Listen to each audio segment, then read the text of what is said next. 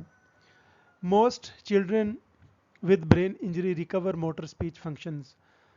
तो ज़्यादातर जो बच्चे मोटर स्पीच जो होते हैं, मोटर स्पीच फंक्शंस उनके रिकवर हो जाते हैं जिन बच्चों को जो है ना वो ट्रॉमेटिक ब्रेन इंजरी होती है। तो इस तरह जो है वो स्पीच एंड लैंग्वेज इफेक्ट्स जो है ना वो हमारी ज़िंदगी को मुतासर करते हैं। तो अगली 4-5 स्लाइड्स में हम मज़ीद इस पे बात करेंगे ताकि हमें जो है ना ये बिल्कुल क्लियर हो जाए। While vocabulary often recovers to pre injury levels. तो ऐसे होता है कि इनकी जो वोकेबलरी होती है, जो ज़ख़ीरा अल्फाज होते हैं, जो बच्चा जितने अल्फाज जान रहा होता है, तो वो उसके प्री इंजरी लेवल तक जो है ना वो रिकवर हो जाते हैं। Over time problems with new learning may have a pronounced effect on vocabulary development. लेकिन ये जो इंजरी से पहले वाली वोकेबलरी है वो तो उसकी डेवलप हो जाएगी, लेकिन जो मसला आ जाता है वो है कि आने वाले ज़मानों में जो, या इंजरी के बाद जो है ना वो जो सीखता है वोकेबलरी, वो उसके लिए मसाइल पैदा हो जाते हैं कि वो नई वोकेबलरी डेवलपमेंट जो है ना उसकी मुतासर हो जाती है। Students with traumatic brain injury usually have ongoing higher level language and communication problems which can have consequences for academic and social success. तो यहाँ पर अब जो है ना उसकी आप कह लें कि सोशल लाइफ पर भी जो है ना, एकेडमिक एंड सोशल लाइफ पर भी इसका इम्पैक्ट होता है। कैसे कि students with traumatic brain injury usually have ongoing higher level language and communication problems, कि इनको जो है ना वो बहुत बड़े लेवल पर जो है ना वो, तो higher level language and communication problems होती हैं जो कि हमें वक्त के साथ साथ या किसी भी वक्त एक्सटेम्पोर बैक वक्त जो है ना वो किसी भी वक्त हमें बोलने की ज़रूरत पड़ जाए तो हमें समझ नहीं आ रही होती कि हमने क्या बोलना है।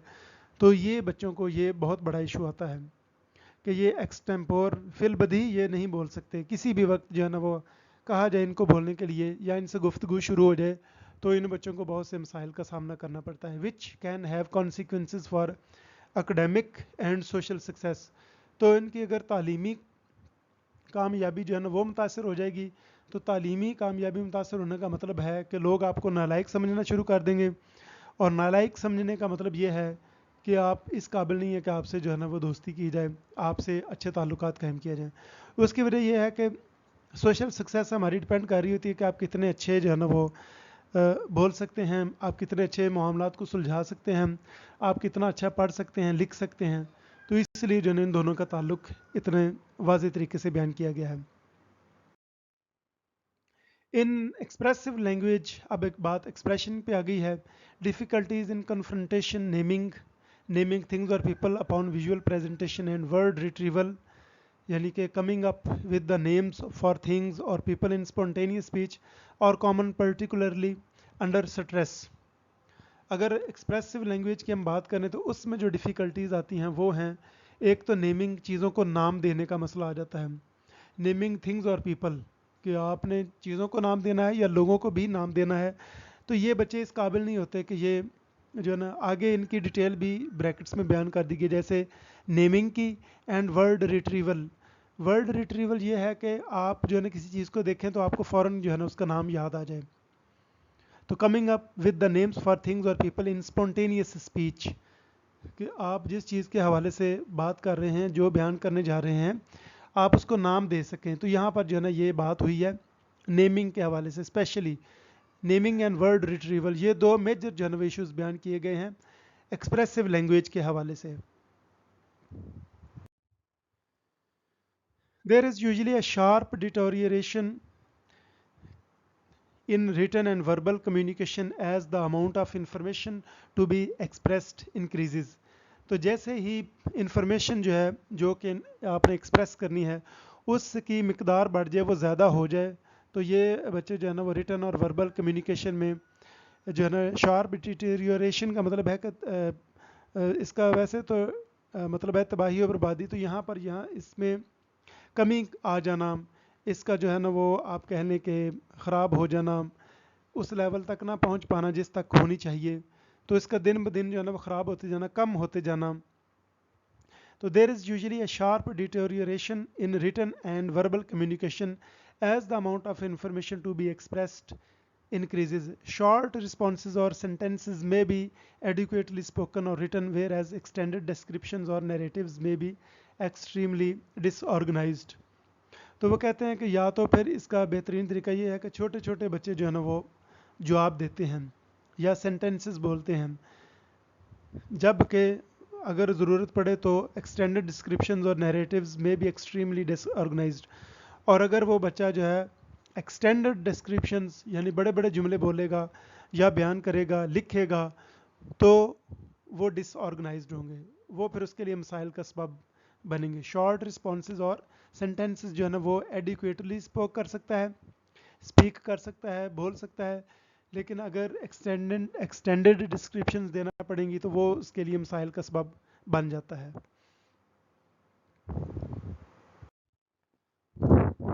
स्पीच एंड लैंग्वेज इफेक्ट्स में अगर हम मज़ीद बात करें तो पहले हमने एक्सप्रेशन की बात की है, एक्सप्रेस करने की बात की है, अब हम बात करते हैं कॉम्प्रीहेंशन की, यानी रिसेप्टिव लैंग्वेज की।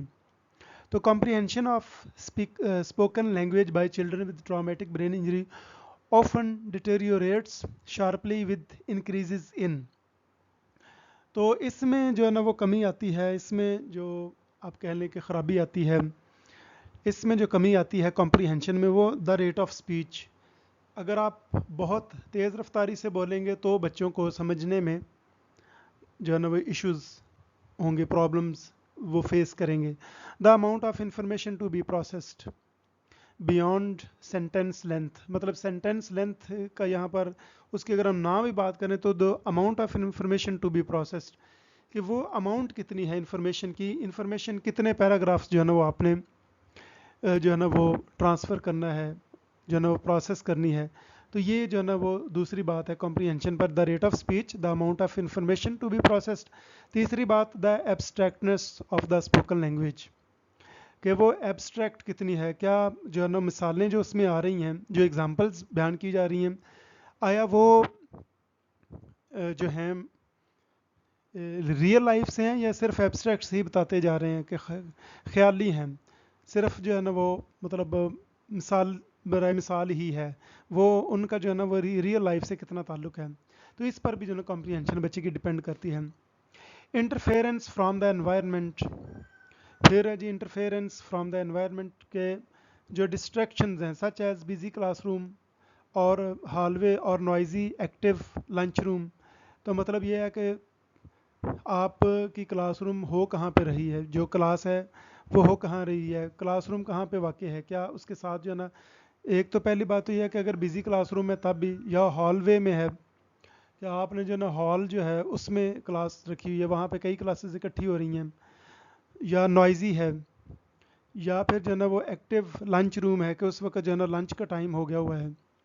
तो ये सारे फैक्टर्स हैं जो कि जो है ना कॉम्प्रीहेंशन बच्चों की उसको अफेक्ट करते हैं। तो ये ट्रॉमेटिक ब्रेन इंजरी का जो है ना वो इस वजह से भी और ज़्यादा उसकी रफ्तार बढ़ जाएगी, यानी कि उसका इम्पैक्ट बढ़ जाएगा, उसका अफेक्ट बढ़ जाएगा। अगर हम सोशल कम्युनिकेशन की बात करें तो सोशल कम्युनिकेशन में भी greatly affected after a brain injury. तो ट्रॉमेटिक ब्रेन इंजरी की वजह से सोशल कम्युनिकेशन जो है ये बहुत हद तक जो है ना वो बच्चों की मुतासर हो जाती है।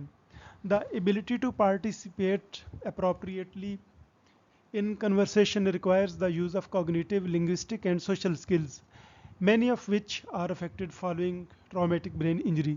तो इसमें कॉग्निटिव के बच्चे ने बोलने से पहले जो है ना वो सोचना भी है, तो जो कहावत है वो बड़ी मशहूर, थिंक बिफोर यू स्पीक, तो पहले तोलो फिर बोलो। तो बोलने से पहले सोचने की जो बात की गई है, तो इसलिए कॉग्निटिव एबिलिटीज़ तो इस्तेमाल होंगी ही होंगी। फिर लिंग्विस्टिक, ज़ुबानदानी का इल्म के ग्रामर के कहाँ पे कितने अल्फाज और किस कंडीशन में बोलना है, तो सोशल कम्युनिकेशन भी इनकी अफेक्ट हो जाती है। एंड सोशल स्किल्स, और जो सोशल स्किल्स हैं उन पर भी इसका इम्पेक्ट होता है कि आपने जो है ना वो सोशलाइजेशन है, सोशल स्किल्स हैं कि ग्रीटिंग्स करना, किसी से बातचीत करना, खेल के वक्त जो है ना वो, तो आपके पीयर्स के साथ, फ्रेंड्स के साथ, तो बच्चों के जो है ना वो मतलब ट्रॉमेटिक ब्रेन इंजरी की वजह से ये सारे एरियाज़ जो है ना वो अफेक्ट हो जाते हैं। जब ये सारे एरियाज़ अफेक्ट हो जाएंगे तो क्या होगा, बच्चों को जो है ना वो सोशल कम्युनिकेशन में इश्यूज़ होंगे। सोशल कम्युनिकेशन में इश्यूज़ होंगे तो वो अच्छे फ्रेंड्स नहीं बना सकेंगे, लोगों से अपनी बात नहीं शेयर कर पाएंगे, और वो मोहल्ले में जो है ना वो तन्हाई, मतलब आप देखें कि कहाँ से किस चीज़ का इम्पेक्ट जो है कहाँ तक जा रहा है और किस लेवल तक जा रहा है और कैसे कैसे उनकी ज़िंदगी को जो है ना मुतासिर कर रहा है। तो हमें जो है ना वो माशरे में रहने के लिए चूँकि लोगों की ज़रूरत होती है, हमें उनसे जो है ना वो बातचीत भी करनी है, हमने उनसे अपनी ज़रूरियात भी शेयर करनी है।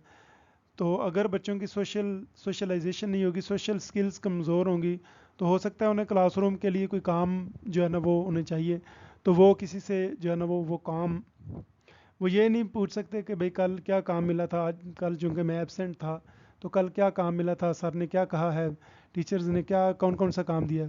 तो यहाँ तक के मसाइल आ जाते हैं। तो ये सारे ट्रॉमेटिक ब्रेन इंजरी इनकी एक वजह बन सकती है, जिसको हम कह रहे हैं कि वो एक जो है वो disorder of language of neurogenic origin है। तो इसलिए ट्रॉमेटिक ब्रेन इंजरी को इतनी तफसील से बयान किया जा रहा है यहाँ पे। स्टूडेंट्स में produce language that is inappropriate to the setting. ठीक है, तो अक्सर बच्चे जो है ना वो सेटिंग के लिहाज से, मतलब कि कंटेक्स्ट क्या है, बात किस हवाले से करनी है, वो ये नहीं जो है ना वो, बिकॉज ऑफ इम्पल्सिवनेस और इम्पेयर्ड सोशल जजमेंट, कि उनको पता नहीं चल रहा होता कि जो है ना वो ये क्या सिनेरियो है, यहाँ पे कौन सी बात करनी है। wander unpredictably in conversation, fail to initiate interaction, मतलब ये है कि अनप्रिडिक्टेबली के बातचीत के दौरान वो ऐसी बातें कर जाते हैं जो कि इधर उधर की होती हैं। मतलब बात वो किसी सब्जेक्ट पे कर रहे हैं और वो जो है ना अचानक खेल की खबरें शुरू कर देंगे, कहीं और बात शुरू कर देंगे। फेल टू इनिशिएट इंटरेक्शन, ये एक बहुत बड़ा फैक्टर है कि वो बातचीत शुरू नहीं कर पाते। और हैव डिफ़िकल्टी इनहिबिटिंग और टर्मिनेटिंग इंटरेक्शन, या फिर वो ये भी उनको मसाइल आ रहे होते हैं कि वो जब बात ख़त्म हो जाए, कंप्लीट हो जाए, तो उसको जो है ना वो टर्मिनेट करना, ख़त्म करना भी उनके बस की बात नहीं होती। This common difficulties in the pragmatic domain of language easily cause the child with a traumatic brain injury to seem different, यानी socially awkward and to lose friends. तो वही बात आ गई है कि ये सारी चीज़ें जो है ना उसको जो है ना वो दूसरों से मुख्तलिफ जो है ना वो साबित कर देती हैं। और सोशली ऑकवर्ड, आम तौर पर जो है ना वो मतलब सोशली ऑकवर्ड, कि उसको लोग अच्छा नहीं समझ रहे होते। एंड टू लूज़ फ्रेंड्स, और इस तरह उसके दोस्त जो है ना उससे दूर होते जाते हैं कि पता नहीं यार ये क्या फजूल बातें करता रहता है, ये हमारे काम की बातें नहीं कर रहा, और ना ही ये जो है ना मतलब फजूल बातें करता है, औल फौल बकता रहता है। मतलब ये देखें ना कि कैसे कैसे अल्फाज उस बेचारे के लिए बोले जाएंगे। तो अल्टीमेटली क्या होगा कि उससे कोई दोस्ती नहीं करेगा, ही विल लूज़ फ्रेंड्स। तो इस तरह जो है ना ये जो है ना स्पीच एंड लैंग्वेज के अफेक्ट्स हैं। अब अगर हम बात करें बिहेवियरल अफेक्ट्स की, तो बिहेवियर जो है ना वो आपका जो है ना वो आप कह लें रवैया है जो कि नज़र आता है, आपका वो एटीट्यूड है जो कि हमें नज़र आ रहा होता है। Traumatic brain injury often has a pronounced effect on a students behaviour. तो जब किसी बच्चे को निगलेक्ट किया जाएगा, उसका कोई दोस्त नहीं होगा, तो वो फिर अजीब तरह के बिहेवियर्स भी शो करेगा। Many times the changes reflect an exacerbation of challenging behaviours the child had prior to the injury.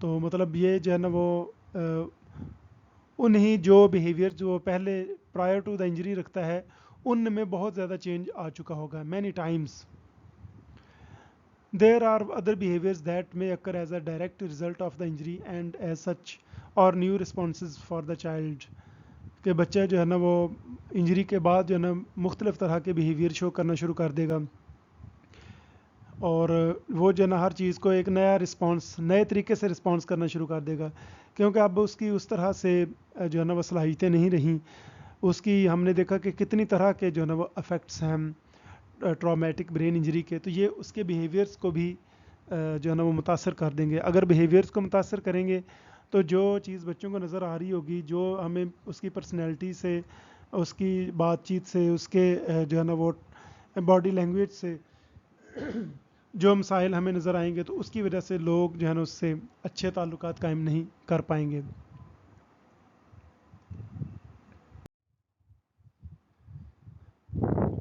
Behavioural changes in children with traumatic brain injury can result from the following.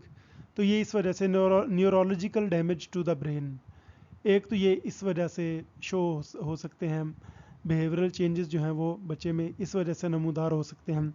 Neurological damage to the brain, कि उसके neurons जो neurological pathways हैं उनमें कोई issue आ गया। फिर cognitive communicative problems, अगर इन areas में कोई इशू आ गया है कॉग्निटिव कम्युनिकेटिव, तो भी उसके लिए मसाइल खड़े हो गए हैं। Feelings of failure and frustration that lead to acting out और विदड्रॉल, तो feelings of failure and frustration जो है ना ये भी उसको ट्रॉमेटिक ब्रेन इंजरी की वजह से लीड करते हैं एक्टिंग आउट और विदड्रॉल को। वो कहता है कि बस मैं तो किसी काबिल ही नहीं रहा, मैं तो कुछ कर ही नहीं सकता, मेरा कोई दोस्त नहीं बन सकता, और मैं तो बस मतलब मैं किसी काबिल नहीं हूँ, जो है ना मैं बस लुट गया, पता नहीं क्या हो गया मेरे साथ। और ये मतलब मुख्तलिफ तरह की फीलिंग्स हैं जो कि उस बच्चे को जो है ना इस काबिल नहीं रहने देंगी। Situations that are overly demanding confusing और स्टिमुलेटिंग, तो ऐसी सिचुएशंस जो कि बहुत डिमांडिंग हैं, जहाँ पे आपको बहुत ज़्यादा परफॉर्म करने की ज़रूरत है, पढ़ने की ज़रूरत है, लिखने की ज़रूरत है, कन्फ्यूजिंग है या स्टिमुलेटिंग है, तो वहाँ पर भी बच्चे के बिहेवियर में चेंज आ सकती है। फिर प्री इंजरी बिहेवियर प्रॉब्लम्स, अगर उसे इससे पहले भी, तो स्पेशल बच्चों के साथ तो अक्सर मामला है कि वो उनको पहले बिहेवियरल इश्यूज बहुत सारे होते हैं, तो खुदा न खास्ता अगर साथ ट्रॉमेटिक ब्रेन इंजरी भी हो गई तो फिर जो है ना वो तो उनके लिए मसाइल और ज़्यादा बढ़ जाएंगे। तो इस वजह से इनको जो है ना इतनी ज़्यादा अहमियत दी जा रही है। तो बिहेवियरल चेंजेस जो हैं children with traumatic brain injury, ये जो मदरजा झैल जो मैंने आपको कंडीशंस बयान की हैं, neurological damage to the brain, cognitive communicative problems, feelings of failure and frustration that lead to acting out और withdrawal, situations that are overly demanding, confusing और stimulating, pre injury behaviour problems वगैरह वगैरह, तो इनकी वजह से उनको मसाइल आ सकते हैं। मज़ीद हम इस पे अगर बात करें बिहेवियरल इफेक्ट्स पे, तो difficulties that can result from physical injury और ए resulting chemical imbalance in the brain include agitation and irritability, mood swings। तो ये जो है ना वो मुख्तलिफ डिफ़िकल्टीज़ हैं जो कि फिज़िकल इंजरी की वजह से या chemical imbalance in the brain की वजह से। तो इसमें एजिटेशन है कि बात बात पर एहतजाज करना, इरिटेबिलिटी चिड़चिड़ापन, मूड स्विंग्स, और कभी जो है ना वो मतलब बहुत खुश है और कभी बहुत ही परेशान, हाइपर एक्टिविटी एंड एपैथी। तो हाइपर एक्टिविटी जो है ना वो बहुत ज़्यादा हाइपर होना, और एपैथी है कि मतलब दूसरों का किसी तरह से भी कोई ख्याल ना करना। Emotional and behavioural outburst may seem to be unprecipitated by events in the environment and may not be under the child's direct control। मतलब वो इमोशनल एंड बिहेवियरल आउटबर्स्ट, कि अपने जो है ना वो दूसरों की तवज्जो हमदर्दियाँ अपनी तरफ मबजूल करने के लिए इमोशनल और बिहेवियरल जो है ना आउटबर्स्ट के अचानक रोने लग पड़ना या बहुत दुखी जो है ना वो शक्ल बना लेना। Disruptions in the brain following an injury can also cause changes in a child's activity level। तो अगर ब्रेन के जो है ना वो इंजरी की वजह से उसके डिस्ट्रप्शंस हो गई हैं, लीजन्स आ गई हैं, उसमें कोई जो है ना वो इशू आ गया है, तो उसकी वजह से जो है ना वो ये भी चेंजेस जो है ना एक्टिविटी लेवल में बच्चे के जो है ना वो चेंजेस लेके आ सकती हैं। तो ये थी behavioural effects of traumatic brain injury on any child, on any person। Next है हमारे पास sensory effects. Brain injury can cause complex visual disabilities such as double vision and impaired coordination of both eyes। देखना ये senses का जो है ना वो ताल्लुक आ गया है। तो सेंसेस में हमने सबसे पहले जो बात की है वो हमने जो है ना विजन के हवाले से बात की है। तो अक्सर लोगों को जो है ना वो डबल चीज़ें जो है ना वो मतलब नज़र आना शुरू हो जाती हैं, इसको हम डबल विजन कहते हैं। And impaired coordination of both eyes, या फिर जो है ना वो दोनों आइज़ का के दरमियान जो कोऑर्डिनेशन है वो नहीं प्रॉपर हो पाता, कि एक आंख हो सकता है कि जो है ना वो प्रॉपर बंद हो जाए और दूसरी ना हो, या उनके दरमियान कोऑर्डिनेशन ना हो कि एक तरफ जो है ना वो एक तरफ देख रही हो जिस तरफ आप देख रहे हैं और दूसरी दूसरी तरफ देख रही हो. However, because the brain attempts इसके अलावा in some cases the brain's visual processing areas are injured resulting in visual field cuts और पार्शियल लॉसेस ऑफ विजन. तो यहाँ तक जो है ना ये मतलब इतना नुकसानदेह हो सकता है, यानी कि इसके इफेक्ट्स सेंसरी इफेक्ट्स जो हो सकते हैं. However, because the brain attempts to fill in the missing areas, the individual may feel he or she is seeing completely. तो ताहम जो है ना वो ब्रेन जो है ना वो इन मिसिंग एरियाज को जो है ना वो फिल करना शुरू कर देता है, तो आहिस्ता आहिस्ता हो सकता है कि वो बच्चे फील करें कि वो बिल्कुल ठीक देख रहे हैं. These students can have significant reading problems, words और parts of words can be cut off. तो उसकी वजह ये हो सकती है कि वो जब पढ़ रहे हो अल्फाज तो उनको समझना नज़र ना पूरा आए, तो वो फिर रीडिंग में प्रॉब्लम्स आना शुरू हो जाती हैं. अगर हम मज़ीद बात करें सेंसरी इफ़ेक्ट्स में, तो स्टूडेंट्स में also experience difficulty reading the chalk board और चार्ट्स. तो ये भी पढ़ने में इनको इश्यूज हो सकते हैं. Comprehensive assessments of visual functions are important to identify any special problems experienced the children with traumatic brain injury and the need for classroom accommodations or visual aids. तो उनके लिए फिर जो है ना वो हमें accommodations का ख्याल रखना पड़ता है, यानी कि adaptations करना पड़ती हैं. Young children in particular are not adept at identifying losses in their visual field. A screening for visual ability is an important part of early assessment and should have considered for all students with traumatic brain injury. Consultation with a vision specialist is recommended if visual problems are suspected. तो यहाँ पे उन्होंने जो है वो sensory effects में vision के हवाले से बात की है. तो विजन के हवाले से जो उन्होंने बात की वो कहते हैं कि ऐसे बच्चों के लिए जो है ना वो स्क्रीनिंग टेस्ट अवेलेबिलिटी ज़रूर होनी चाहिए, ताकि जल्द अज जल्द जो है ना उनकी ट्रॉमेटिक ब्रेन इंजरी के जो इफ़ेक्ट्स हैं उनको जो है ना वो एक स्पेशलिस्ट के साथ डिस्कस किया जा सके और इनको कम से कम जो है ना इनके नुकसान को किया जा सके. तो इस तरह जो है ना वो सेंसरी इफ़ेक्ट्स में ज़्यादातर हमने विजन पे बात की है. इसके अलावा बाकी जो सेंसेस हैं इसमें जो है ना वो आप कहने ख़ासकर हेयरिंग, उस पर भी इम्पेक्ट हो सकता है. तो hearing loss is also a common outcome of traumatic brain injury in children. तो ये भी एक जो है ना वो हेयरिंग लॉस जो है ये एक अफेक्ट हो सकता है ट्रॉमेटिक ब्रेन इंजरी का. तो an acceleration dependent injury to the head can cause hearing problems due to damage to the external ear, the middle ear, the inner ear, the auditory nerve or the auditory center of the brain, resulting in conductive sensory neural and or cortical hearing impairment. अब इसमें उसने जो है ना वो दिमाग के उन सब हिस्सों का, या दिमाग के देखो ना कान भी तो दिमाग के तकरीबन जो है ना वो बिल्कुल साथ साथ ही हैं, कि जो इसकी जो है ना ऑक्सीपिटल लोब है ब्रेन की वो दिमाग कानों के बिल्कुल ऊपर होती है. तो अब आप बताएं कि जब इतने एरियाज जो हैं वो काम कर रहे हैं इकट्ठे, तो अगर हेड पे इंजरी होगी तो हो सकता है कानों में भी, कि उसका भी कोई एक्सटर्नल ईयर, मिडल ईयर, या जो है ना वो इनर ईयर, या ऑडिटरी नर्व, यानी वो नर्व जिसका सुनने से ताल्लुक़ है, या ऑडिटरी सेंटर्स जो हैं ब्रेन के, तो अगर इनमें कहीं पर भी कोई इशू हो जाए तो सेंसरी न्यूरल, एक तो सेंसेस गए, फिर न्यूरल न्यूरॉन्स के ज़रिए या न्यूरल जो नर्वस सिस्टम है हमारा इसके साथ जो ताल्लुक़ है उसमें, या कॉर्टिकल हेयरिंग इम्पेयरमेंट. तो कॉर्टिकल जो कॉर्टेक्स होती है जिसका ताल्लुक़ हेयरिंग से है ब्रेन के, वो पोर्शंस वो कॉर्टेक्स जिनका जो है ना हेयरिंग कॉर्टेक्स हैं जिनका सुनने से ताल्लुक़ है ब्रेन के, वो यानी कि लोब्स के ऊपर जो कॉर्टेक्स बनी होती हैं, जैसे मोटर कॉर्टेक्स है तो ऐसे हेयरिंग कॉर्टेक्स भी होती हैं. तो अगर उनमें इश्यूज़ आ गए तो फिर जो है ना वो बच्चा इतने ज़्यादा जो है ना मसाइल का शिकार हो सकता है. इसके बाद जो आखिरी हमारे पास इफ़ेक्ट्स हैं मोटर एंड फिज़िकल इफ़ेक्ट्स, अब हम उनके हवाले से बात करते हैं. तो motor skills often recover to point where normal independent functioning occurs following a brain injury. तो ये जो है ना किसी हद तक रिकवर हो जाते हैं प्री इंजरी लेवल तक जो है ना ये. In some cases motor recovery can plateau leaving some long term motor problems. तो ये जो है ना वो किसी हद तक जो है ना वो परमानेंट या लॉन्ग टर्म मोटर प्रॉब्लम्स का सबब बन सकते हैं, यानी इतनी ज़्यादा रिकवरी नहीं हो पाती।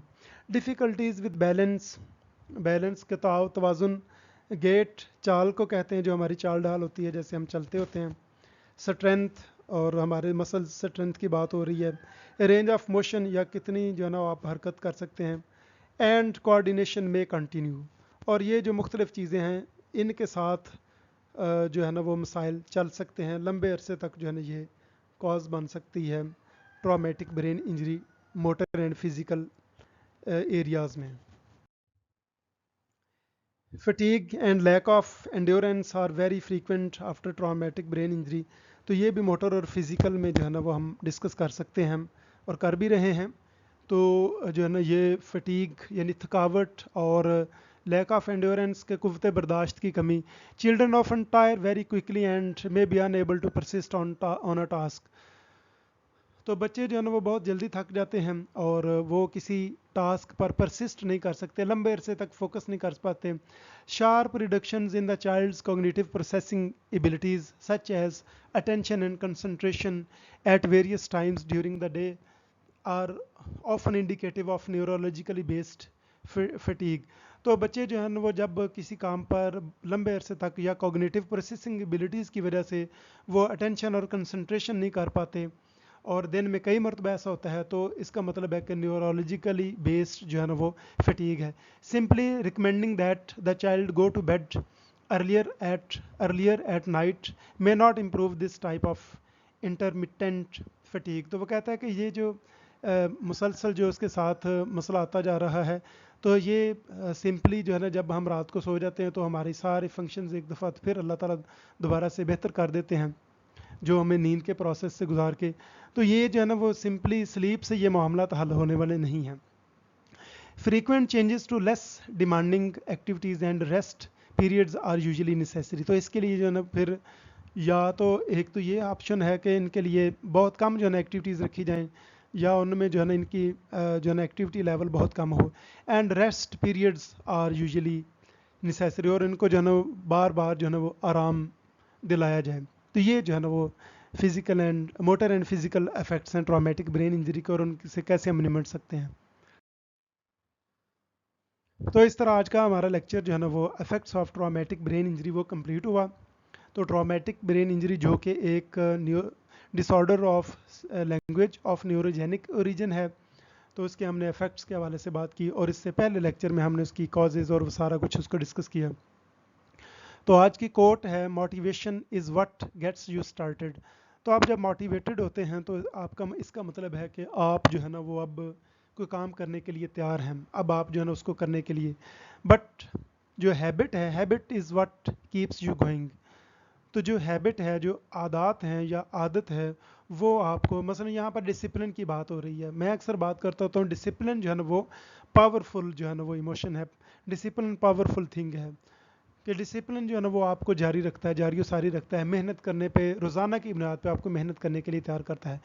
तो मोटिवेशन आपको स्टार्ट करने के लिए, कोई काम स्टार्ट करने के लिए हेल्प करती है, जबकि हैबिट या डिसिप्लिन जिसको हम कहते हैं, ये आपको जो है ना कीप्स यू गोइंग। तो ये आपको जो है ना वो चलाता है, ये आपको काम करने पर उकसाता है, तो आप मुसलसल काम करते रहते हैं। तो जिम रोहन एक बहुत बड़े एंटरप्रेन्योर हैं, मोटिवेशनल स्पीकर हैं, उनकी बहुत सारी किताबें हैं। तो ये उनकी कोट है, motivation is what gets you started, habit is what keeps you going.